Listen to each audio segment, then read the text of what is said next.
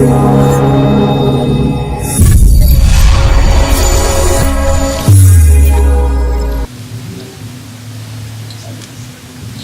allons prendre notre parole de ce jour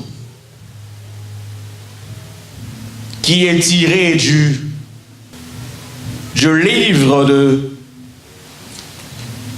de Jean au chapitre 10, les versets 27 à 28. Je vous demande de garder votre position assise. Je disais encore, le livret que nous allons opter pour est celui de Jean au paragraphe 10, les versets 27 à 28. Il est écrit en ces termes: mais vous ne croyez pas. Je prends le verset 26. Mais vous ne croyez pas parce que vous n'êtes pas de mes brebis. Mes brebis entendent ma voix, je les connais et elles me suivent. Je leur donne la vie éternelle et elles ne périront jamais. Et personne ne les ravira de ma main. Je reprends. Mes brebis entendent ma voix, je les connais et elles me suivent. Je leur donne la vie éternelle et elles ne périront jamais et personne ne les ravira de mes mains. Alors, la thématique de ce message, je peux l'énumérer ou nommer: le bon berger m'a convoqué. Le bon berger m'a convoqué. Le bon berger m'a convoqué. Et pourquoi ce thème? Parce qu'il y a des mots qui riment, des mots qui interviennent, des mots peut-être qui attirent l'attention, comme le berger. Et l'adjectif qui vient un peu en avant pour dire le bon, mais pas le mauvais. Le bon berger m'a convoqué. Je m'abstiens de définir ces mots, puisque le texte est parlant. Mais j'aimerais ouvrir une petite introduction pour nous dire que l'Église corps de Christ ne sera jamais dans la désolation. Je le répète, l'Église du corps de Christ ne sera jamais dans la désolation, où l'Église ne verra jamais la carence de la révélation, ne sera jamais dans la carence de la puissance. L'Église corps de Christ ne sera jamais dans la carence stratégique. Et l'Église corps de Christ ne connaîtra pas la carence de distinction divine. Étant que le Seigneur a toujours faxé chaque année à ses serviteurs au sujet de son Église des dépêches ou une dépêche comme feuille de route les permettant de trimarder, ou bien, si vous le permettez, de crapahuter dans la volonté permissible du Créateur. Et cela disant, bien-aimés, cela faisant, l'an 2017 vient de se dissiper. Ainsi, une nouvelle année que nous avons célébrée vient de prendre place. Et sauf que cette dernière, elle prend place avec des appréhensions nouvelles. Mais j'aimerais marteler sur quelque chose pour nous dire que, en fait, les années ne changent pas. Les années ne changent pas. Nous pouvons fêter 2015, 2017 avec des célébrations pour dire « Oh, this is the new year ». Et voici une nouvelle année. Mais les années ne changent pas parce que l'homme a été créé pour l'éternité, mais pas pour les années. Les années viennent marquer le temps. Et pour te rappeler comme quoi, regarde d'où tu étais et l'âge que tu as aujourd'hui, tu commences à avoir des cheveux blancs, ta peau commence à avoir des rides, Et quand tu la tires, avant, il y avait plus de l'élasticité à revenir. Mais là, tu tires, ça devient molle. Les années ne changent pas. Les années sont les mêmes. Les années ne changent pas. Elles sont les mêmes dans la randonnée et dans l'excursion de la translation et la rotation du soleil. C'est les mêmes. La preuve en est que 24 heures ne changera pas. La preuve en est que 48 heures ne changera pas. La preuve en est qu'une semaine reste une semaine. Le lundi est là et jusqu'au vendredi. Et dimanche, c'est pareil. L'année a 52 semaines. À moins que je me trompe. Les 52 semaines seront toujours là. L'année a 365 jours. Les 365 jours seront toujours là. Est-ce que quelque chose a changé? Non. Rien n'a changé. En fait, les années ne changent pas. C'est toi et moi qui devrons donner une couleur à l'année. C'est la manière dont tu donnes la couleur à l'année que l'année prendra un sens. Que l'année aura une victoire. C'est à toi de peindre l'année. C'est à toi de peinturer l'année. C'est à toi de print ton année. De donner le sens à cette dernière. Les années ne changent pas. Alors, dans cette logique, j'aimerais avec vous aborder une petite thèse avant d'aller dans le texte que nous avons lu. Et cette thèse, bien aimé, c'est de parler de l'an 2018. Dans le chiffre, dans le monde que, bien aimé, que nous avons, le monde nous apprend par calcul que le chiffre que 2018, c'est l'association de 2 plus 1 plus 8, ce qui fait 11. 2 plus 1 plus 8 est égal à 2 plus 1 plus 8, ça nous donne combien? Voilà, le calcul est simple. Ce n'est pas la théologie, c'est simple. Par calcul, l'association des chiffres 2, 1 ou 8, ça nous donne 11. Et dans le monde, le chiffre 11 est le symbole de la lutte intérieure. Je le répète, le chiffre 11, c'est-à-dire 2018, qui donne 11, c'est un chiffre de la lutte intérieure. 2. Le chiffre 11, c'est le chiffre de la rébellion. Et c'est le chiffre de l'égarement et qui en résulte. Mais il représente aussi celui qui sort vainqueur des épreuves avec la connaissance qui en précède. 11. Le chiffre 11 représente la transgression de la loi, car elle dépasse d'un nombre le chiffre 10. Nous avons 10 lois, les 5 concernant Dieu et les 5 concernant ton prochain. Quelqu'un dit Amen.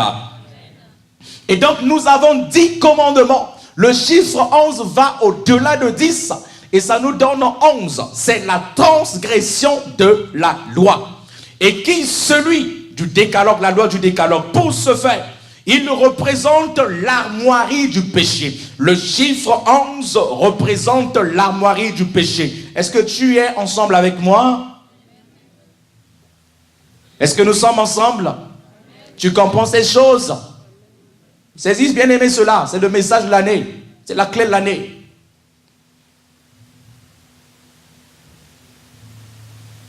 C'est la clé de l'année. Pourquoi? Parce que participer à un culte du 31 décembre, bien aimé, dans un esprit de se protéger. Quand nous venons le 31 décembre, je vais me protéger à l'église pour avoir peur de la mort. Et nous venons le 31, soi-disant, pour fêter. Accompagné souvent dans l'émotion de larmes et toute forme de commotion. Ce n'est que la mise en place, ce que j'appelle de la thérapie liée à la manifestation d'une peur cardio-intestinale. C'est la manifestation d'une peur cardio-intestinale. Tu as la peur dans le corps et la peur dans les intestins parce qu'une mauvaise parole t'a été dite que tu ne finiras pas cette année. Et te voilà à l'église dedans. 31 décembre, te vois pleurer. Mais où es-tu? Tu n'as rien vu. Le silence va agir. Rendez-vous sur le terrain. Le chiffre 11 représente la transgression de la loi. Voyez le psaume 11. Dans le psaume 11, où David est en train de dire, c'est le numéro vulgate, où il demande effectivement le châtiment des méchants. Dans le chiffre 11, le psaume 11, le châtiment des méchants. Alors, dans un simple calcul de ce monde, quand nous prenons, bien aimé, l'addition de 1 plus 2 plus 3 plus 4 plus 5 plus 6 plus 7 plus 8 plus 9 plus 10 plus 11, ça nous donne 66. Alléluia. Fais les calculs. Ça nous donne 66. Et les 66 qui multipliés par 11, ça nous donne, bien aimé, 726. Et la addition de 726, ça nous donne 15. Et 15 est égal à 1 plus 6, ça nous donne 6. Donc les 66 que nous avons au préalable, ajouter le 6, ça nous donne 666. Imagine-toi, c'est quelle année? Alléluia.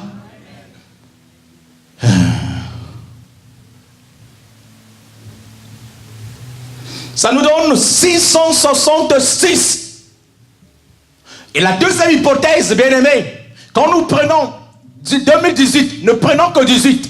Et quand nous divisons, bien aimé, s'il vous plaît, 18 fois 18 divisé par 3, ça nous donne combien? 6, n'est-ce pas? Et cela veut dire 3 fois 6. 6 plus 6 est égal à... Et 12 plus 6, ça donne combien? Donc 6. Ouvre tes yeux. Je ne veux pas dire le nom que tu ne veux pas entendre. Revenons à 11.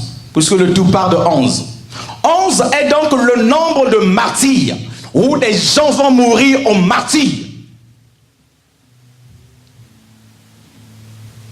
Et si bien que dans la tradition hébraïque, il n'y a jamais eu la compilation d'un nom qui combine, bien aimé, 11 chiffres.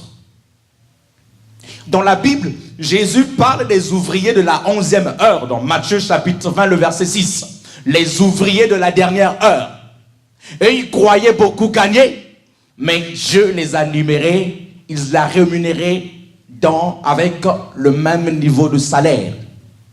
Et dans cette année-ci, il y a quelqu'un qui peut se dire, ça fait longtemps que je prie, je crois être supérieur aux autres. Non.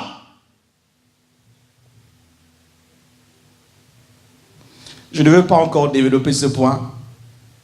Et le chiffre 11, bien aimé, il nous apporte aussi les apôtres restants du Christ Jésus suite à la trahison et le suicide de Judas. Le chiffre 11, du point de vue de la Bible, nous parle des 11 frères de Joseph qui l'ont trahi, qui l'ont vendu en esclavage. Maintenant, revenons encore au chiffre 11. En faisant 11 est égal à 1 plus, qui donne combien? Là aussi, il y a un message. Tous les calculs, ça revient un peu ensemble. 2. Le chiffre 2 témoigne, bien aimé, la suffisance juridique. Deutéronome chapitre 7, verset 6.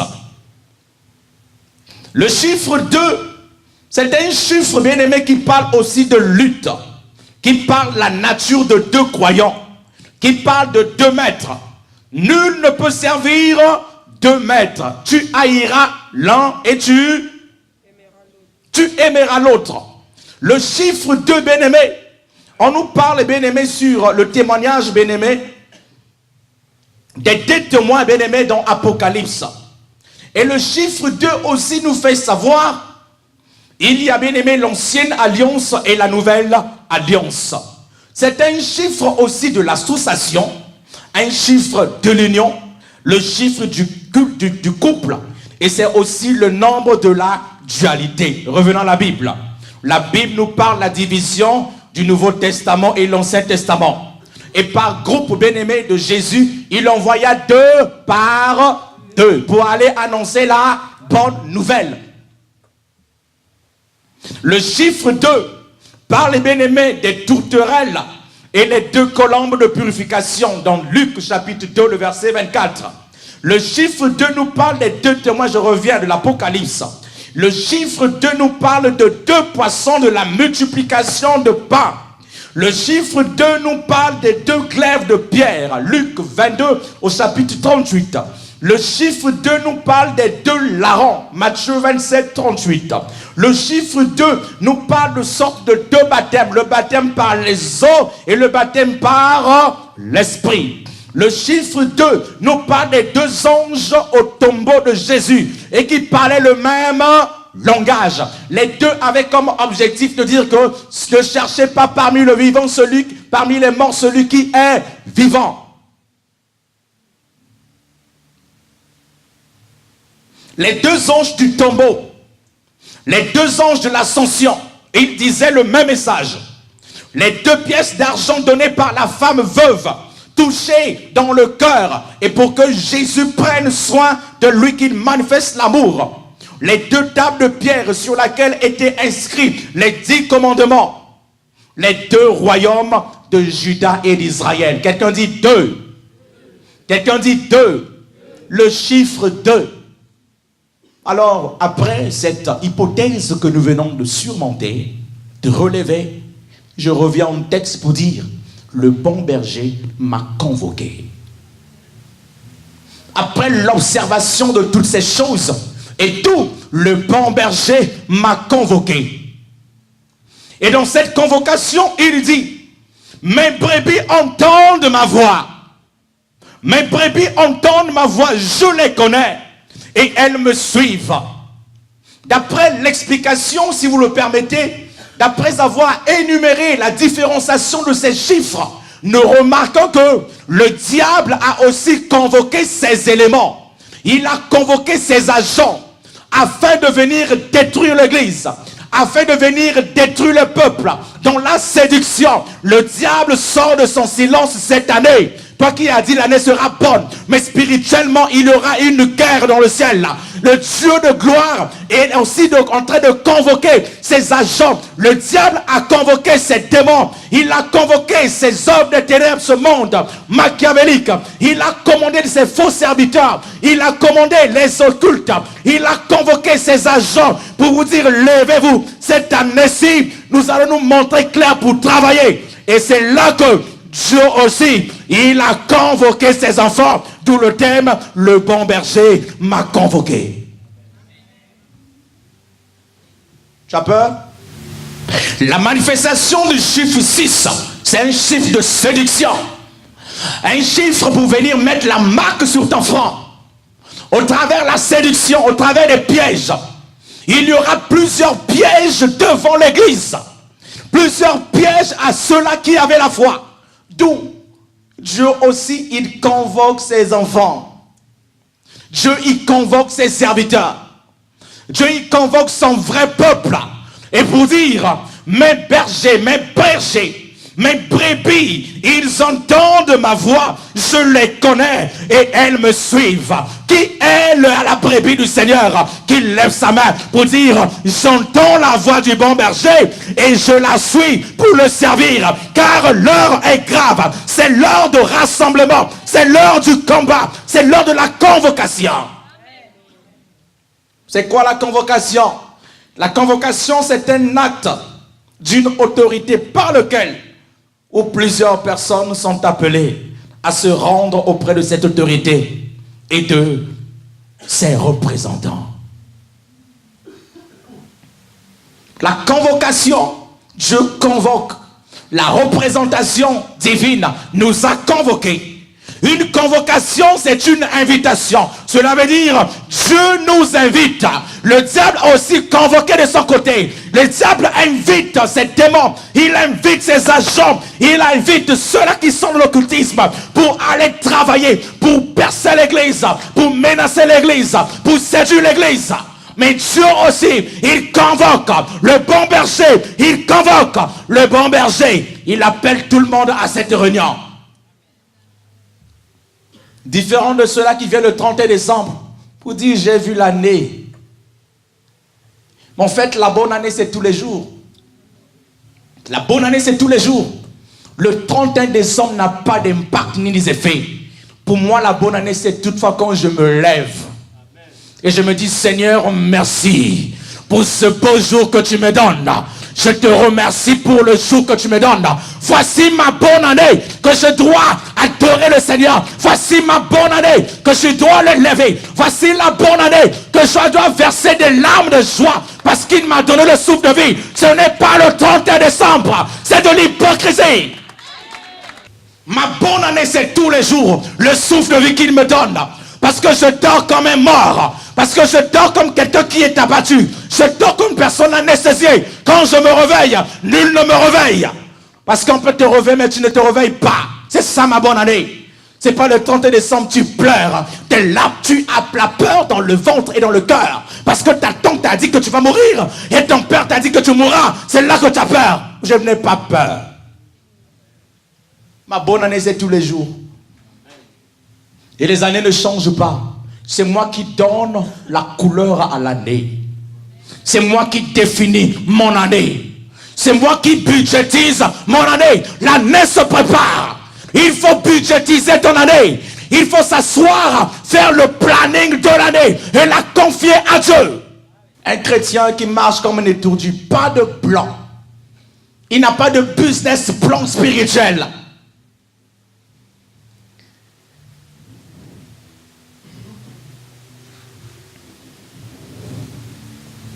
La voix du bon berger m'a convoqué. Et cette phrase, c'est pour toi et moi. Je parle à toute l'église. Je parle à l'église corps de Christ. Je parle à l'église du monde entier. Et vous, les églises qui vous mettez dans cette chambre pour dire, nous nous appartenons à telle congrégation. L'heure n'est plus à ce genre de petite congrégation. L'heure n'est plus à se dire nous ceci, nous église de réveil. Nous ne pouvons pas nous associer à l'église de sommeil. Malheureux que vous êtes, l'heure est grave. Ces genres de choses sont arrêtées. Arrêtons de marcher dans cette dimension de compromission pour se dire nous telle église. On vous connaît au ciel. Et se prendre tout le temps à tailler les églises en pièces. On dit c'est une fausse église. Ceci, ce n'est pas l'église de Dieu. Ce n'est pas l'église de Dieu. Lève-toi. Le diable est debout. Et ce n'est pas en marchant seul que vous allez réussir. D'où je nous convoque tous. Je convoque les églises de réveil, soi-disant réveillées. Je convoque les églises de sommeil, les sommeillés. Je convoque les baptistes. Je convoque les évangélistes. Je convoque les protestants. Je convoque l'église corps de Christ pour s'élever, pour prendre place à la bataille spirituelle. On la vaincra quand on sera dans l'unité et non faire un travail de singularité. Je parle aux églises qui se prennent la place à insulter les autres. Je parle aux pasteurs qui prennent l'église comme leur faucon, comme leur cocon. Je parle à ces personnes-là qui sont en train de tétaniser le peuple de Dieu, leur empêcher d'atteindre la vérité. L'heure est grave. Tu n'arriveras pas à combattre le diable seul. L'heure est grave. Le bon berger nous a convoqués tous. Quelqu'un dit le bon berger m'a convoqué. Quelqu'un dit le bon berger m'a convoqué. Quelqu'un dit je suis convoqué par le bon berger. Je vois des fois quand tu travailles dans ton travail et te voilà travailler, tu reçois un message. Le chef te voit et te voilà trembler. Qu'est-ce que j'ai fait? Mais là c'est Dieu qui t'appelle. Et si Dieu t'appelle, ça veut dire qu'il te fait confiance. Si Dieu t'appelle, cela veut dire qu'il te fait confiance. Si Dieu t'appelle, ça veut dire qu'il compte sur toi. Si Dieu t'appelle, ça veut dire que tu as la marque en lui. Si Dieu t'appelle, ça veut dire que tu n'as pas la marque du diable sur ton front. Il te convoque. Il convoque son église.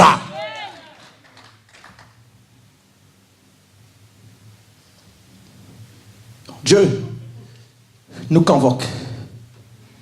Le bon berger m'a convoqué. À la convocation. Quand tu veux prendre place à une convocation d'un responsable, c'est une fierté pour toi. C'est une joie pour toi. La convocation que le Père nous a offerte aujourd'hui, c'est son indiction, bien-aimé. C'est son indiction. C'est l'assignation de Dieu. Dieu s'est assigné. Dieu veut nous dire des belles choses. Je veux équiper l'église des stratégies célestes. Je veux accorder le crédit à son église. Je veux bénir son église. Je veux réarmer son église. Je veux équilibrer son église. C'est un concile divin. Dieu a organisé un synode divin, pas le synode du monde où les gens se battent à se disputer la place du président de l'église, le président de telle association. Le synode céleste nous a convoqués pour des vraies stratégies. Voici le grand concile qui nous appelle. Voici cette conclave divine qui nous a convoqués. Voici un grand consistoire divin qui se met en place où Dieu veut te parler, où Dieu veut nous dire quelque chose.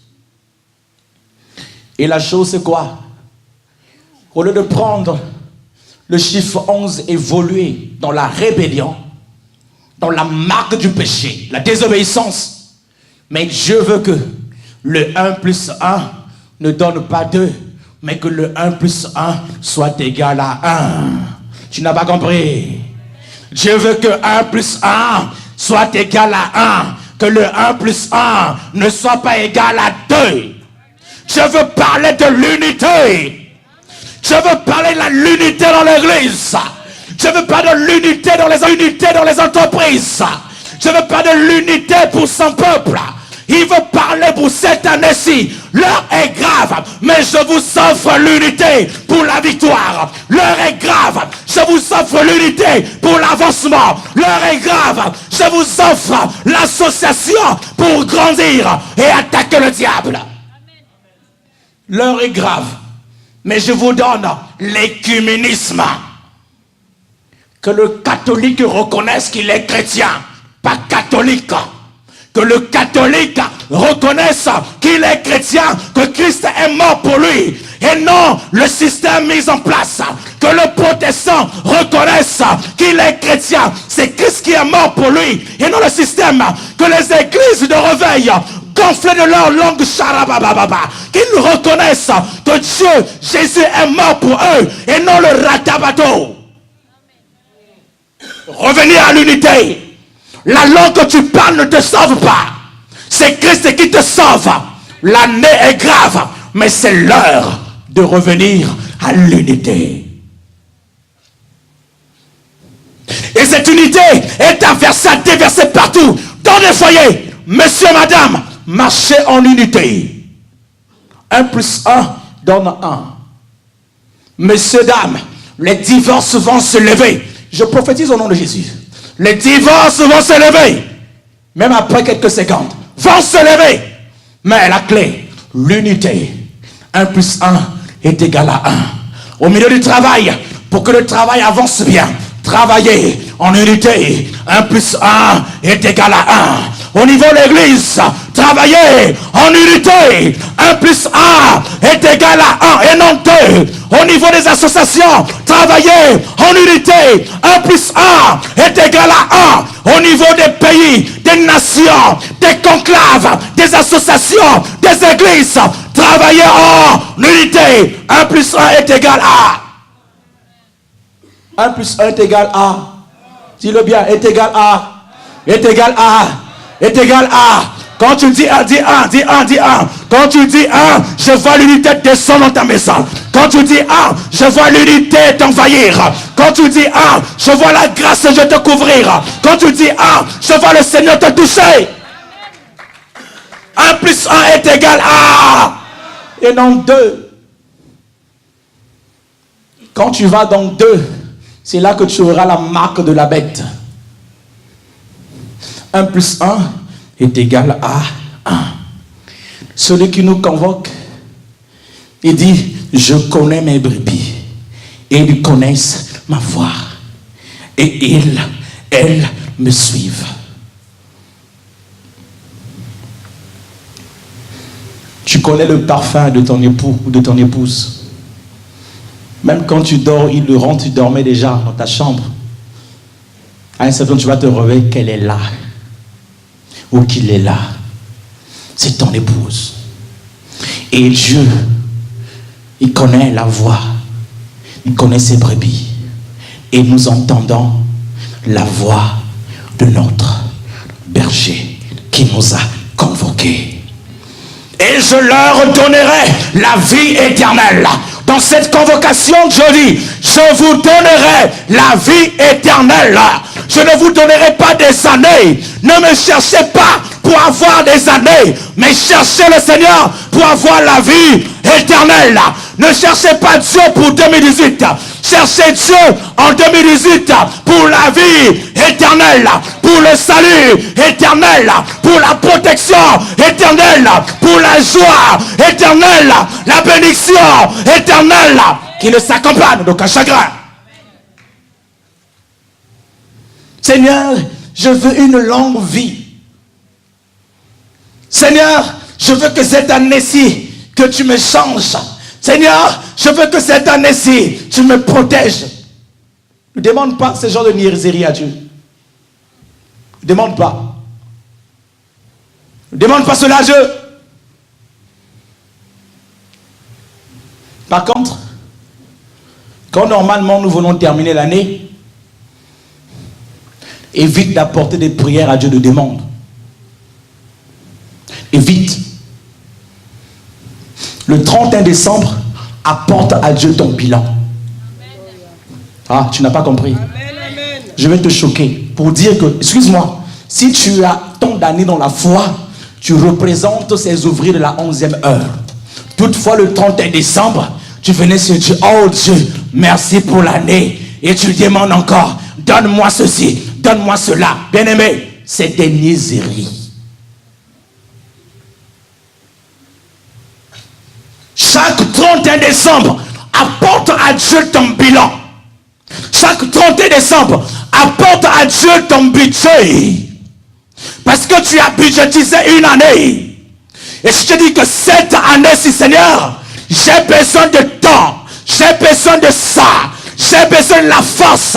J'ai besoin de ton esprit. J'ai besoin de ta parole. Seigneur, je veux gagner 1000 âmes l'année 2018. Alléluia, je le répète. Seigneur, je viens devant toi avec mon budget. J'aimerais gagner 1000 âmes pour 2018.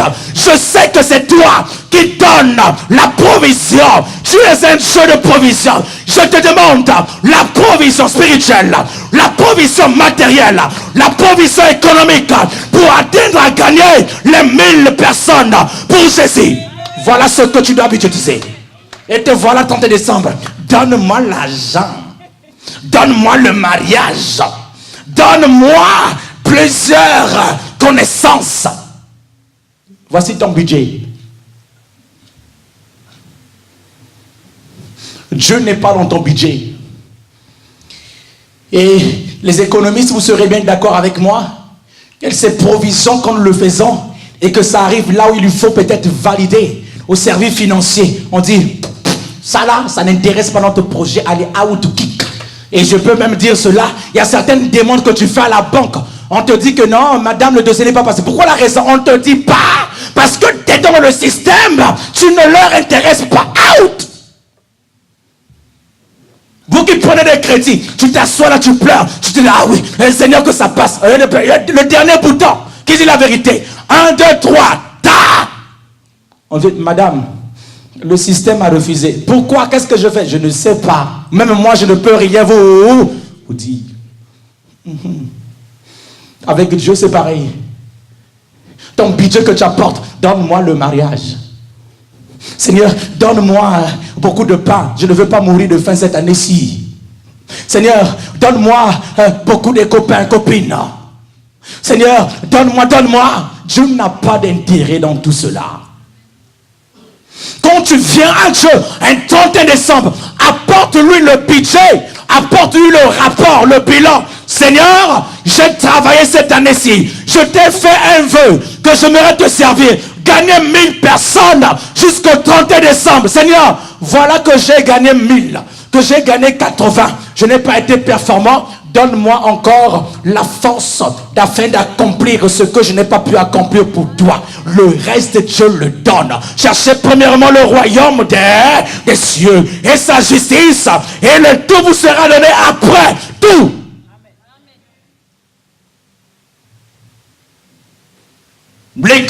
l'église du 21e siècle. C'est l'église qui ne demande que des miettes à Dieu. On demande des miettes à Dieu. On ne demande pas la consistance à Dieu.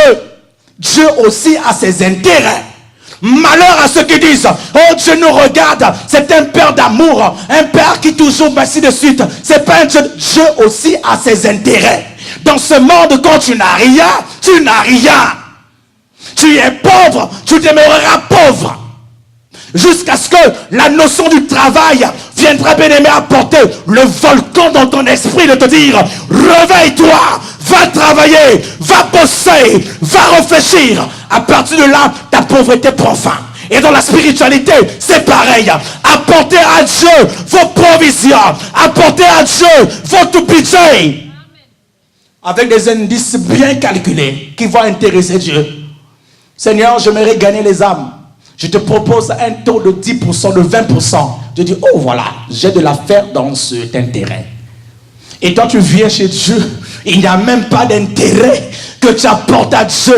Je dis, Seigneur, je veux la sanctification. D'accord. Seigneur, je veux être pur. Je veux te ressembler. Alors, va dans la chambre, va chercher la sanctification. Je prie et je te défie. 1 minute, ça va. La 2e minute, toutes les personnes que tu haïssais vont remonter dans ton cœur et tu vas les tailler en pièces et sortir de ton jeu de prière bien déçu. Oh non, de... je t'ai eu.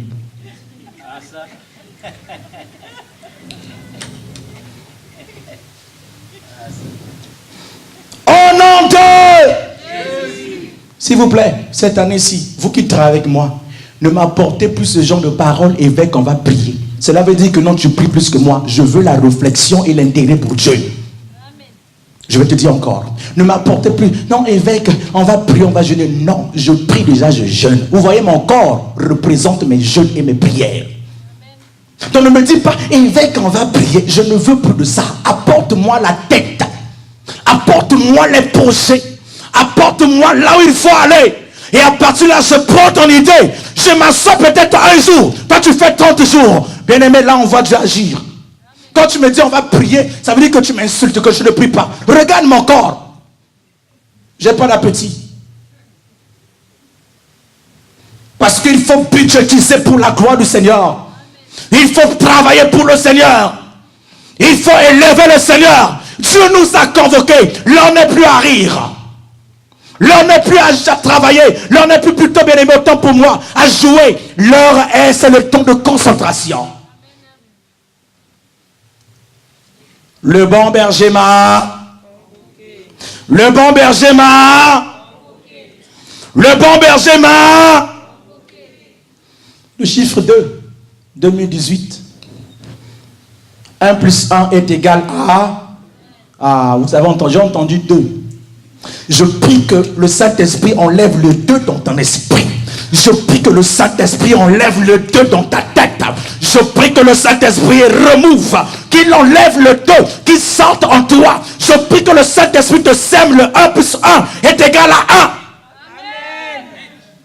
1. 1 plus 1 est égal à 1. Est égal à 0 plus 1 plus 1 est égal à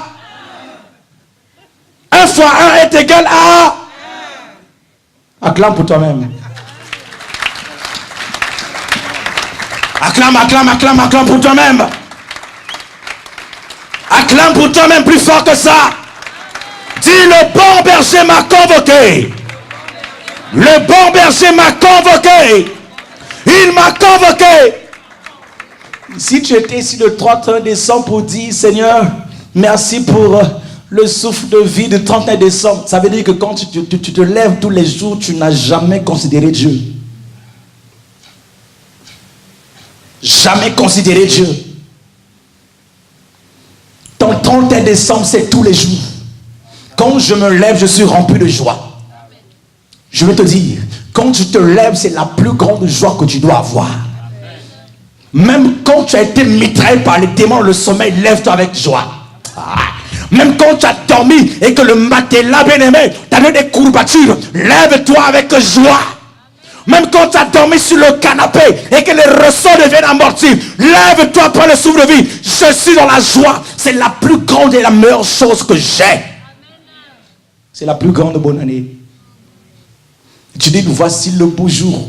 Qu'il pleuve, le beau jour. Qu'il neige, le beau jour.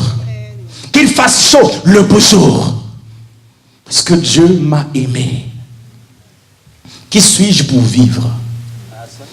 Qui suis-je pour avoir ce privilège? Qui suis-je? Je vais travailler parce que c'est toi qui me donnes la force.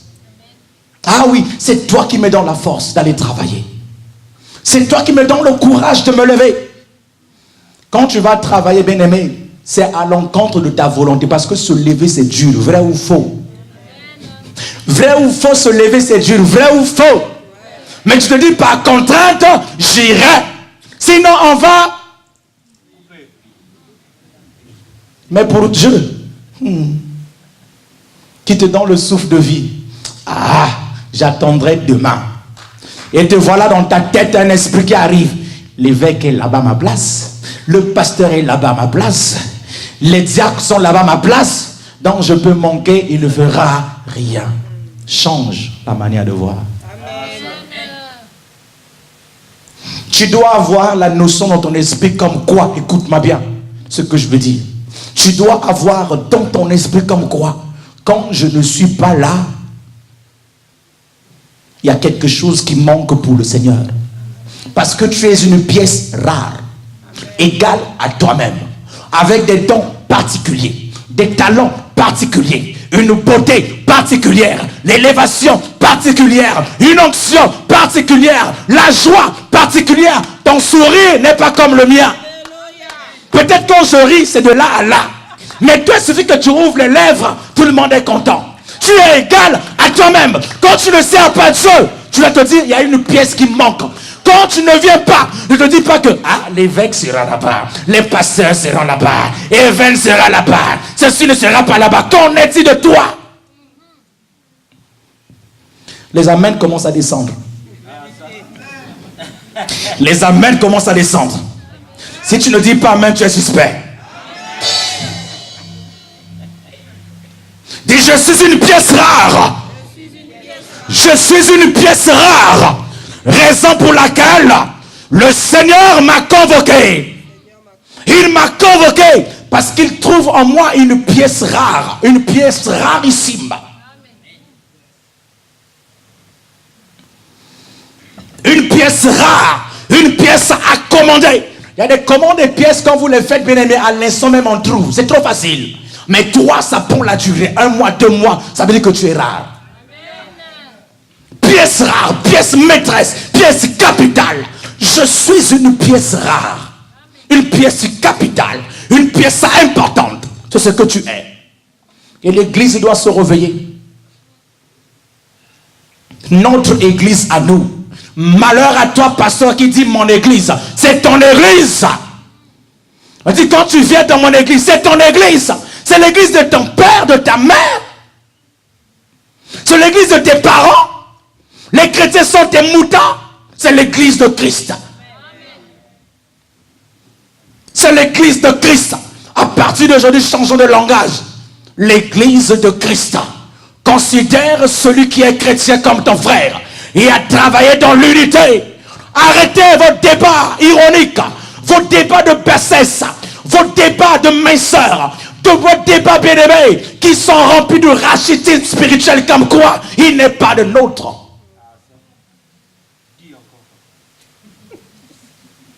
Il n'est pas des nôtres. Ici à l'église ou plusieurs églises. Ton miracle de cette année, la clé se trouve dans l'unité.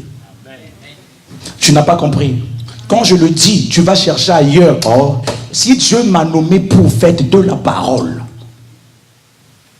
et ce que je dis s'accomplit, ton miracle de l'année, c'est autour de l'unité. Ta réussite de cette année, c'est autour de l'unité. Libère l'unité et les démons vont te craindre.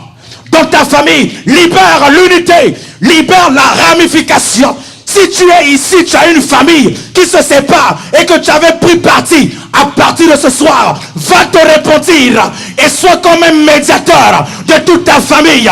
Et tu verras que le Seigneur va te bénir. Tu apporteras beaucoup de personnes dans la maison de Dieu. Il y a même des gens à l'église qui séparent les familles. Les gens se disputent. Ils sont là pour amplifier le mal. À partir de ce soir, tu es l'évangéliste de la bonne nouvelle. Parce que Dieu t'a convoqué. Tu crois que Dieu n'appartient qu'à toi?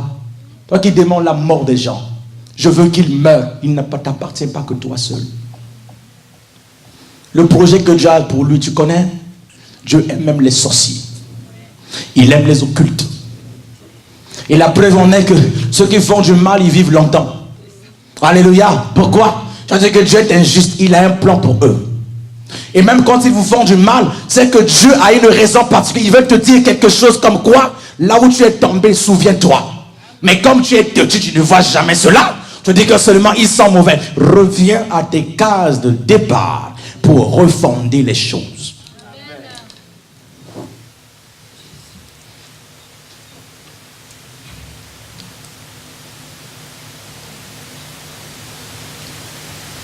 Je leur donne la vie éternelle et elles ne périront jamais et personne ne les ravira de mes mains. Tu veux la protection? Qui veut la protection? Ah, si tu ne la veux pas, merci. Qui veut la protection? Qui en cherche la protection? Tu sais que tu en pries, tu dis Seigneur, protège-moi. Le Seigneur dit, ici dans sa parole, il dit, elles ne périront jamais et personne ne les ravira de mes mains. À partir de maintenant, la cloche a sonné. Quand il y a un programme de réveil, un programme de l'unité des églises, un programme qui va faire avancer l'œuvre du Seigneur, tu as entendu la cloche, ne reste pas chez toi. Va jouer ta partition. Et quand tu viendras jouer ta partition, quand tu joues ta partition, ça veut dire que tu es sous la mission de Dieu. Aucune main. Je donne un exemple. Par exemple, voici ta taille. Alléluia. Ça, c'est ta taille spirituelle. Au nom de... Mais je suppose que tu n'es pas ça. D'accord? Voici ta taille spirituelle. Et que tu dis à Dieu, Seigneur, ma main au-dessus de toi. Alléluia. Et voici la main de Dieu sur toi. Alléluia. Tu avances, la main t'accompagne. Tu avances, la main t'accompagne. Pourquoi tu avances? Parce que Dieu t'a dit, je veux que tu acceptes le couloir 1 jusqu'au bout. Couloir, pas 2, mais couloir. Et te voilà dans le couloir 1. Allez, 1, 2. Tu tentes, tu te relèves, tu dis, ma main est toujours là. Tu n'as qu'à tomber relevé. Ma main est toujours là, c'est ton problème, je te protège. Couloir, tu ne vas ni à gauche ni à droite. Couloir. Et voilà un intrus, un microbe de démon, microbe la sorcellerie de ton père, qui vient te dire ta mère que tu vas mourir, qui peut arracher la main de Dieu. Chrétien, pas de connaissance. Ça, c'est la main de Dieu qui te protège. Un microbe de démon qui vient dire à la main de Dieu, quitte-la. C'est dans cette configuration que nous sommes les chrétiens. Dans cette configuration que nous sommes la joie d'être chrétiens. Et nous partageons ce que nous avons. Nous n'avons ni or ni argent. Mais ce que nous avons, reçois cela au nom de... Reçois le Christ que nous avons. Cette année-ci, il faut que tu partages le Christ que tu as. Il faut partager le Christ que tu as. Pour terminer, j'aimerais peut-être te décourager, mais aussi te lancer un appel. Écoute-moi bien. Cette année, ceux qui sont avancés dans la foi et qui vont se dire qu'ils sont contents de la zone de confort, bien aimés, ils vont tomber.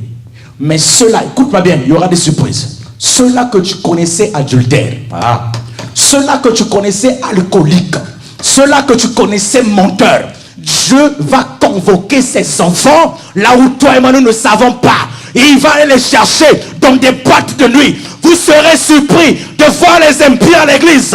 Vous serez surpris de voir les maçons à l'église. Vous serez surpris de voir les pécheurs à l'église. Et toi qui te dis chrétien, tu vas tomber.